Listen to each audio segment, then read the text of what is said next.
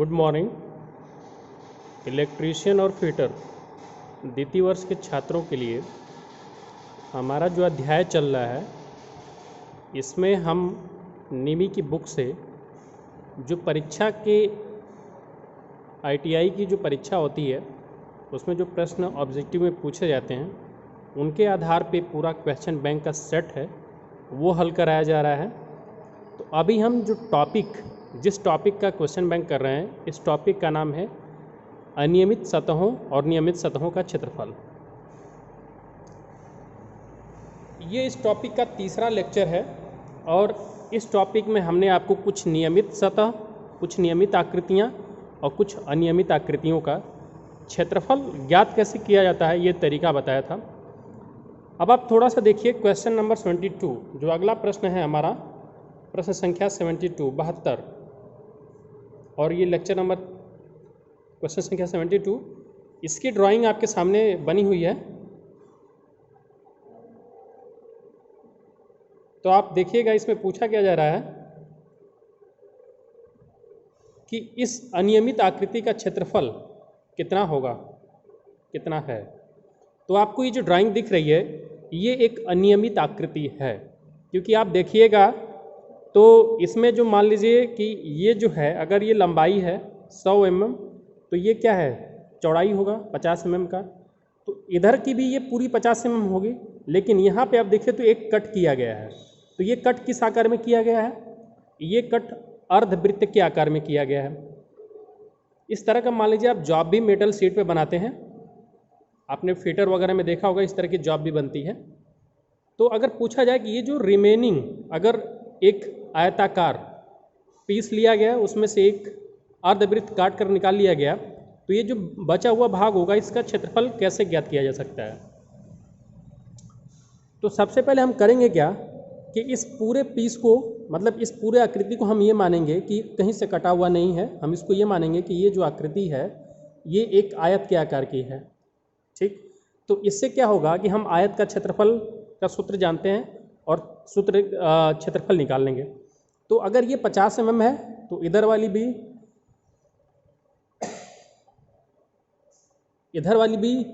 भुजा 50 mm होगी। अगर ये 100 mm है तो ये भी 100 mm का होगा। तो अनियमित आकृति का क्षेत्रफल का देखिए सूत्र क्या हो जाएगा। अब हम पूरे आयत का क्षेत्रफल निकाल सकते हैं लंबाई गुणे चौड़ाई का गुणा करके। उसमें से क्या माइनस कर देंगे, ये जो अर्धवृत्त का क्षेत्रफल होगा वो माइनस कर देंगे, क्योंकि ये जो इतना क्षेत्रफल जो काट कर निकाला गया है वो अर्धवृत्त के क्षेत्रफल के बराबर होगा। और चूंकि अर्धवृत्त का ये व्यास दे दिया गया है तो हम त्रिज्या भी अर्धवृत्त का पता कर लेंगे, क्योंकि जो त्रिज्या होती है वो व्यास की आधी होती है। तो इस अनियमित आकृति का क्षेत्रफल ज्ञात करने के लिए हमें दो क्षेत्रफल ज्ञात करने होंगे। पहला तो इस पूरे आयताकार आकृति का क्षेत्रफल और दूसरा इस अर्धवृत्ताकार आकृति का क्षेत्रफल। और बड़ी वाली क्षेत्रफल में से ये वाला क्षेत्रफल घटा देंगे तो हमें जो बचा हुआ अनियमित आकृति है उसका क्षेत्रफल ज्ञात हो जाएगा। इसीलिए हमने सूत्र क्या लिखा है, अनियमित आकृति का क्षेत्रफल बराबर आयत का क्षेत्रफल माइनस अर्धवृत्त का क्षेत्रफल। अब आयत का क्षेत्रफल क्या होगा, अगर ये आपने लंबाई माना है तो ये चौड़ाई हो गया, तो लंबाई में चौड़ाई का गुणा कर देने से आयत का क्षेत्रफल निकल आता है। तो लंबाई कितना 100 mm, चौड़ाई कितना 50 mm में। 100 का गुणा 50 में करना आता ही होगा, mm में mm का गुणा होगा तो mm का स्क्वायर हो जाएगा। और इस अर्धवृत्त का क्षेत्रफल कैसे निकलेगा, तो अर्धवृत्त का क्षेत्रफल का सूत्र आपको पता होगा, क्योंकि वृत्त का क्षेत्रफल का अगर आपको सूत्र पता है तो उसी का आधा कर देंगे तो अर्धवृत्त का क्षेत्रफल का सूत्र हो जाएगा। तो वृत्त का क्षेत्रफल क्या होता है पाई आर स्क्वायर, तो अर्धवृत्त का क्या होगा पाई आर स्क्वायर बटे में 2। तो माइनस हमने कर दिया पाई आर स्क्वायर बटे में 2 से, देखिएगा माइनस अर्धवृत्त का क्षेत्रफल किया है ये 100 mm गुणे 50 mm किया है, माइनस पाई आर स्क्वायर बटे में 2। तो पाई का मान 3.14, आर का स्क्वायर कर दिया है 10 mm का स्क्वायर, क्योंकि डायमीटर 20 mm था तो त्रिज्या मतलब आर 10 mm होगा, तो 10 mm का स्क्वायर और बटे में 2, क्योंकि आधा होगा। अब इसी को हल किया है तो 100 में 50 का गुणा 5000 mm स्क्वायर हो गया, और इधर 3.14 में 2 का भाग दिया तो 1.75, और 10 mm का स्क्वायर किया है तो 100 mm स्क्वायर हो गया है। तो ये 1.57 में 100 का गुणा हुआ है तो 157 mm का स्क्वायर हो गया है, और 5000 में से 157 माइनस हुआ है तो 4843 mm² हो गया है, जो कि ऑप्शन आपका डी वाला सही हो रहा है। तो आपने जो उत्तर निकाला है इस हिसाब से कौन सा विकल्प मैच कर रहा है? डी वाला। अब अगला प्रश्न देखिएगा।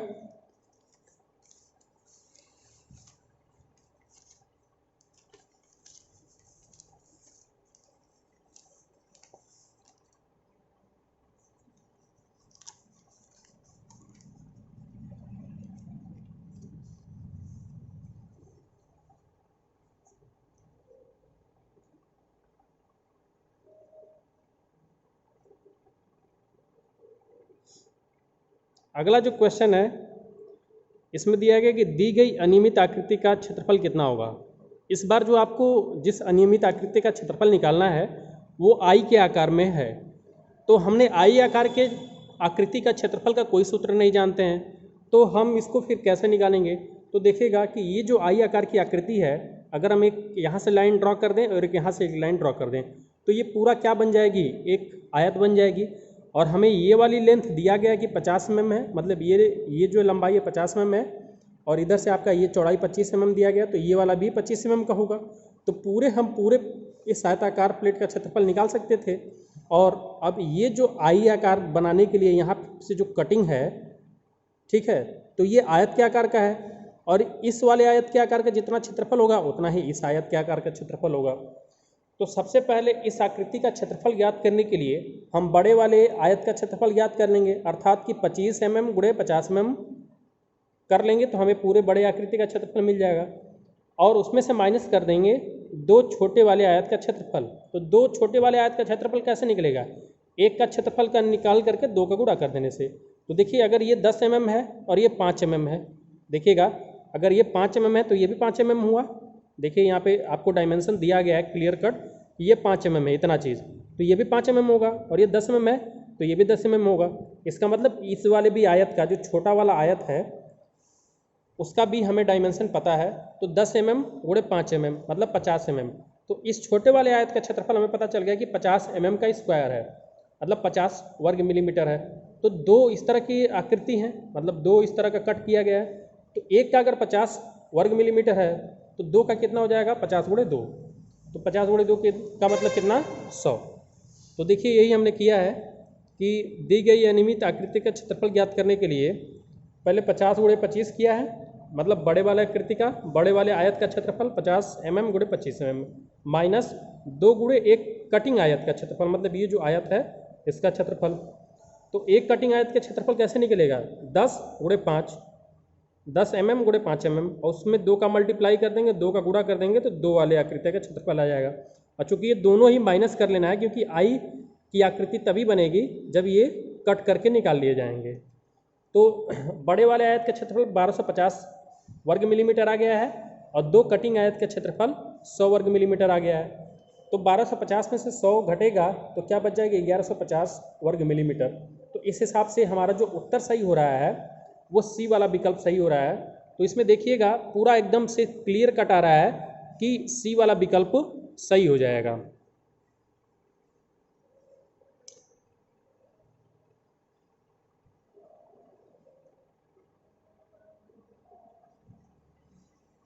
अब आपके सामने जो अगला प्रश्न है 75 नंबर का,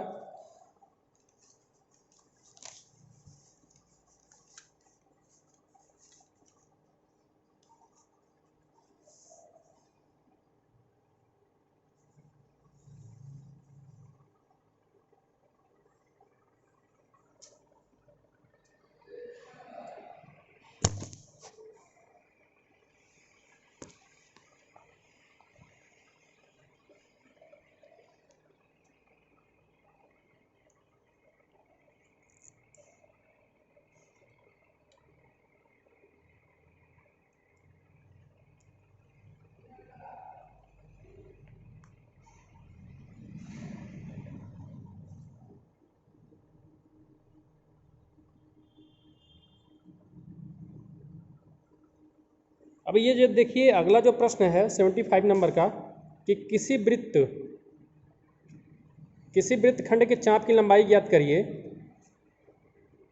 जिसकी त्रिज्या 15 सेंटीमीटर और कोण 30 डिग्री सेंटीग्रेड है।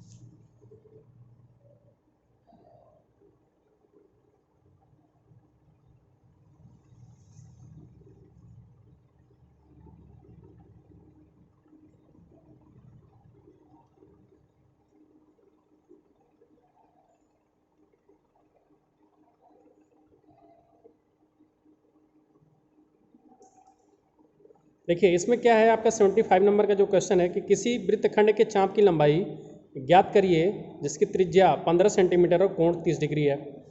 तो हमें ये जो चाप है वृत्तखंड का, मान लीजिए ये चाप है, इसकी लंबाई पूछ रहा है। जैसे यहाँ से देखिए जो एल लंबाई हमने दिखाया है, इसकी आकृति पूछ रहा है। तो एक वृत्त कब बनता है? एक वृत्त तब बनता है जब हम 360 डिग्री का कोण घूमते हैं। और आप एक चीज़ जान लीजिए कि जब आप 360 डिग्री का कोण घूमते हैं तो पूरा एक वृत्त कंप्लीट हो जाता है, मतलब एक पूरा चाप बन जाता है। और इस पूरे चाप की लंबाई कितनी होती है? 2πr, जिसको हम परिधि कहते हैं। तो इसका मतलब ये है कि 360 डिग्री के कोण पे हमें जो चाप की लंबाई मिलती है वो 2πr के बराबर मिलती है, मतलब परिधि के बराबर। तो इसका मतलब 1 डिग्री जब हम कोण घूमेंगे तो वो कितने के बराबर लंबाई मिलेगी? तो 2πr बटे में 360 डिग्री। ध्यान से समझिएगा कि 360 डिग्री के कोण पर हमें जो लंबाई मिलती है चाप की वो 2πr के बराबर होती है। तो 1 डिग्री पे कितना होगा? 2πr बटे में 360 डिग्री। तो थीटा डिग्री पे कितना हो जाएगा? 2πr बटे में 360 इंटू थीटा, मतलब थीटा बटे में 360 गुणे 2πr। जिस तरह से भी आप कह लीजिए, यहाँ पे थीटा को ऊपर रखते और 2πr को इधर में बगल में गुणा करते, उससे कोई फर्क नहीं पड़ता है। जैसे कि हमने यहाँ पे जो लिख करके दिखाया है कि चाप की लंबाई ज्ञात करने का सूत्र क्या बन गया फिर? थीटा बटे में 360 गुणे 2πr। तो थीटा की जगह पे यहाँ पे क्या है? 30 डिग्री। तो थीटा की जगह पे 30 डिग्री रख दिया जाएगा। तो 30 डिग्री बटे में 360 डिग्री गुणे 2 गुणे 3.14 गुणे 15। अब इसको हम हल करेंगे तो ये 0 यहाँ से कट जाएगा और 3 का भाग देंगे 36 में 12 बार जाएगा। और ये 15 गुणे 2 गुणे 3.14 करेंगे और उसमें 12 का भाग देंगे तो 7.85 उत्तर आएगा। तो ये हमारा उत्तर आ गया कि चाप की जो लंबाई होगी, अगर 30 डिग्री का कोण है तो चाप की लंबाई कितनी होगी? 7.85 सेंटीमीटर। तो हमारा ये कौन सा विकल्प सही हो जाएगा? पहला विकल्प, ऑप्शन नंबर ए सही हो जाएगा कि किसी वृत्तखंड के चाप की लंबाई याद करिए जिसकी त्रिज्या 15 सेंटीमीटर है और कोण 30 डिग्री है। तो यहाँ से हमें ये पता चल गया कि चाप की लंबाई कितनी होगी? 7.85 सेंटीमीटर।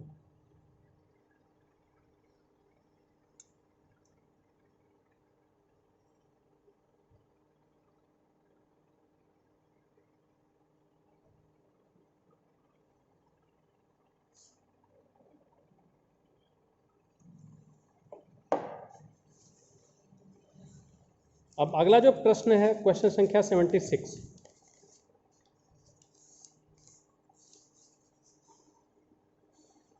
देखिए क्वेश्चन संख्या 76 भी बिल्कुल पहले के प्रश्न के जैसा है, ठीक है।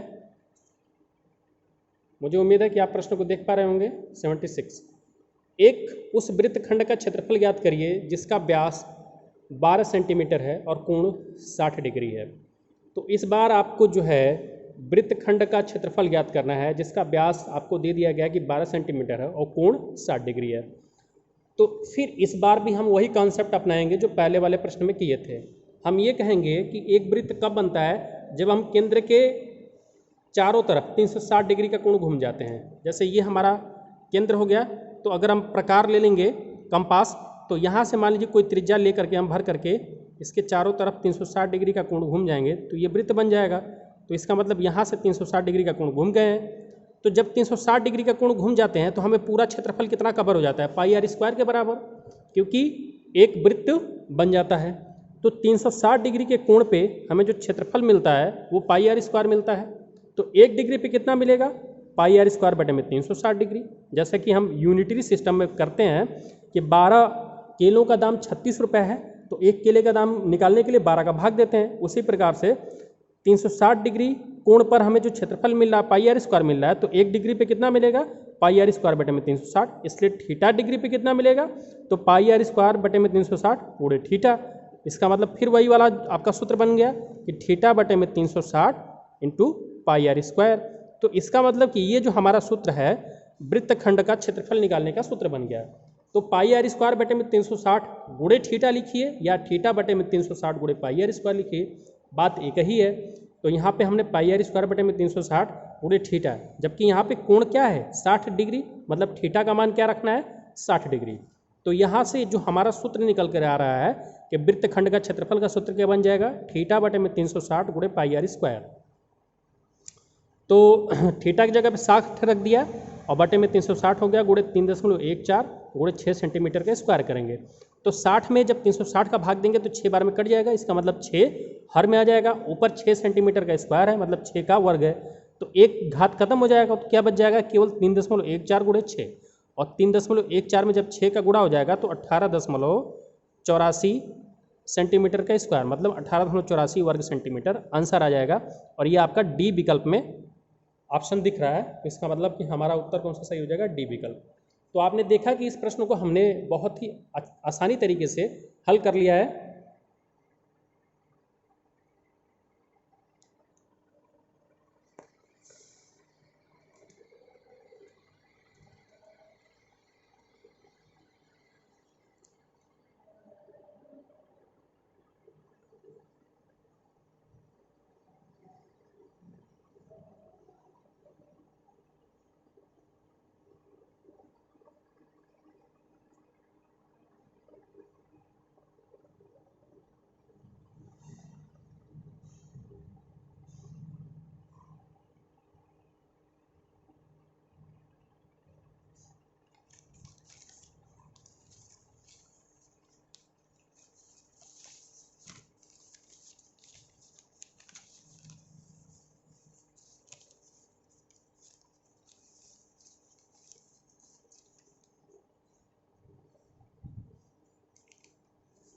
अब हमारा जो अगला प्रश्न है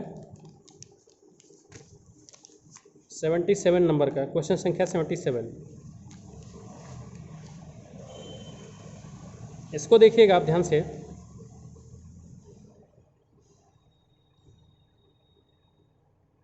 पूछा गया है कि वृत्तखंड का क्षेत्रफल ज्ञात करने का सूत्र क्या है। वृत्तखंड नहीं, इसमें सेगमेंट का क्षेत्रफल पूछा गया। और सेगमेंट क्या होता है, जो वृत्तखंड के द्वारा ये जो बनता है क्षेत्र, इसको हम सेगमेंट बोलते हैं। तो जिसको हमने शेडेड दिखा दिया है, तो पूछा गया कि वृत्तखंड के सेगमेंट का क्षेत्रफल ज्ञात करने का सूत्र क्या है। आपको विकल्प दिए गए हैं। तो पहला विकल्प दिया गया वृत्तखंड का क्षेत्रफल माइनस त्रिभुज का क्षेत्रफल, दूसरा वृत्त का क्षेत्रफल, तीसरा खंड का क्षेत्रफल, चौथा त्रिभुज का क्षेत्रफल माइनस खंड का क्षेत्रफल। तो देखिए वृत्तखंड मतलब वृत्तखंड के सेगमेंट, तो ये जो हमारा वृत्तखंड है, तो ये जो सेगमेंट है, मतलब अगर ये हमारा चाप है तो इसको यहाँ से काट दें तो एक भाग ऊपर एक भाग नीचे, तो ये वाला सेगमेंट है, इसका क्षेत्रफल ज्ञात करने को कहा जा रहा है। तो ध्यान दीजिएगा कि इसका क्षेत्रफल कैसे निकलेगा। तो हम अगर केंद्र को ए बिंदु मान लेते हैं और यहाँ पे जो ये पॉइंट है इसको बी मान लेते हैं और इसको सी और यहाँ पे डी मान लेते हैं, तो हमारा वृत्तखंड क्या है, ए बी डी सी को हम वृत्तखंड बोलेंगे। मतलब ये वाली जो आकृति है ए बी डी सी, ये हमारी आकृति वृत्तखंड है।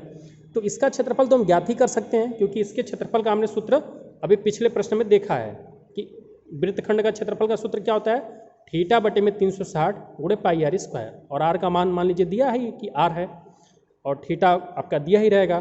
तो इसका मतलब कि हम ए बी डी सी का क्षेत्रफल ज्ञात कर सकते हैं। तो अगर हम ए बी डी सी का क्षेत्रफल ज्ञात कर सकते हैं, तो ये जो हमारा त्रिभुज बन रहा है ए बी सी, इसका भी तो क्षेत्रफल ज्ञात कर सकते हैं। तो त्रिभुज ए बी सी का भी क्षेत्रफल ज्ञात कर सकते हैं। तो पूरे वृत्तखंड के क्षेत्रफल में से अगर हम त्रिभुज का क्षेत्रफल माइनस कर दें तो हमें इस वाले सेगमेंट का क्षेत्रफल मिल जाएगा। तो इसका मतलब कि बी सी डी कहिए या बी डी सी, ये देखिए ये जो सेगमेंट है बी डी सी, ये हमारा सेगमेंट क्या है, बी से स्टार्ट हो रहा है, डी जा रहा है, फिर सी और फिर ऐसे आ जा रहा है। तो बी डी सी का क्षेत्रफल बराबर क्या हो जाएगा, पूरे वृत्तखंड ए बी सी डी का क्षेत्रफल माइनस त्रिभुज का क्षेत्रफल। तो ये हमारा सूत्र हो जाएगा। तो इसका मतलब कि प्रश्न संख्या 77 का विकल्प कौन सा सही हो रहा है, ए ऑप्शन। अब अगला जो हमारा प्रश्न है 78 नंबर का, बहुत ही आसान सा प्रश्न है।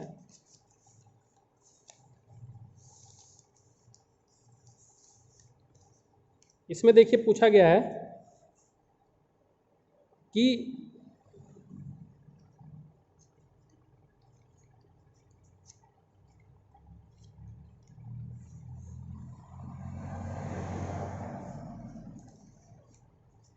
सेवेंटी 78 नंबर का प्रश्न देखिए कि वृत्त का क्षेत्रफल ज्ञात करें यदि परिधि 44 सेंटीमीटर है। और आपको विकल्प क्या दिया गया, A 128 centimetre square, B 130 centimetre square, C 154 centimetre square और डी 129 सेंटीमीटर स्क्वायर। तो परिधि आपको दिया गया कि 44 सेंटीमीटर है और आपको क्षेत्रफल ज्ञात करना है। तो वृत्त की परिधि का सूत्र क्या होता है, 2 पाई आर। 2 पाई आर से हम परिधि ज्ञात कर सकते हैं। तो हमारी जो परिधि 2πr से आएगी वो 44 सेंटीमीटर के बराबर आएगी। इसका मतलब 2πr बराबर होगा कितने के, 44 सेंटीमीटर के। अब हमें r का मान यहाँ से निकाल सकते हैं, क्योंकि पाई का मान हमें पता ही है। पाई का मान हम यहाँ पे 22/7 रखेंगे, क्योंकि 2 में 22 का गुणा हो जाएगा 44 हो जाएगा, और बाएं पक्ष में भी 44 और दाएं पक्ष में भी 44, तो ये कट जाएगा, जिससे r का मान एक पूर्णांक संख्या आएगा। तो पाई का मान हमने ये देखिए 2πr बराबर 44 सेंटीमीटर रख दिया है। फिर आगे हमने इसको हल किया है, तो पाई का मान 22/7 रख दिया है, और ये r हम निकाल लेते हैं, और बराबर 44। तो पक्षांतर करेंगे तो r बराबर क्या हो जाएगा, 44 × 7/44। तो यहाँ से r का मान कितना आ गया, 7 सेंटीमीटर। इसका मतलब त्रिज्या कितनी आ गई वृत्त की, 7 सेंटीमीटर। और जब हमने त्रिज्या निकाल लिया है तो वृत्त का क्षेत्रफल का सूत्र क्या होता है, πr²। तो अब हमें क्या करना है, r का मान यहाँ पे रख देना है। तो पाई का मान हम 22/7 रख देते हैं, और r का मान क्या होगा, 7 सेंटीमीटर का स्क्वायर। तो 1 7 का पावर नीचे वाले 7 से खत्म हो जाएगा, तो ऊपर क्या रह जाएगा, केवल 1 7 रह जाएगा। इसका मतलब कि 22 × 7, और 22 × 7 कितना होता है, 154। तो इसका मतलब कि हमारे वृत्त का क्षेत्रफल कितना आ जाएगा, 154 सेंटीमीटर का स्क्वायर। ये हमारा कौन सा विकल्प सही हो जा रहा है, सी विकल्प सही हो जा रहा है। तो इसका मतलब कि हमारा प्रश्न संख्या 78 का विकल्प कौन सा सही हो गया, सी। तो आज के लिए बस इतना ही। वीडियो को आप देखिए, और अगर नहीं समझ में आया तो लाइक मतलब आप कमेंट बॉक्स में कुछ भी इसके बारे में पूछ सकते हैं, और उसको अगले वीडियो में बताया जाएगा।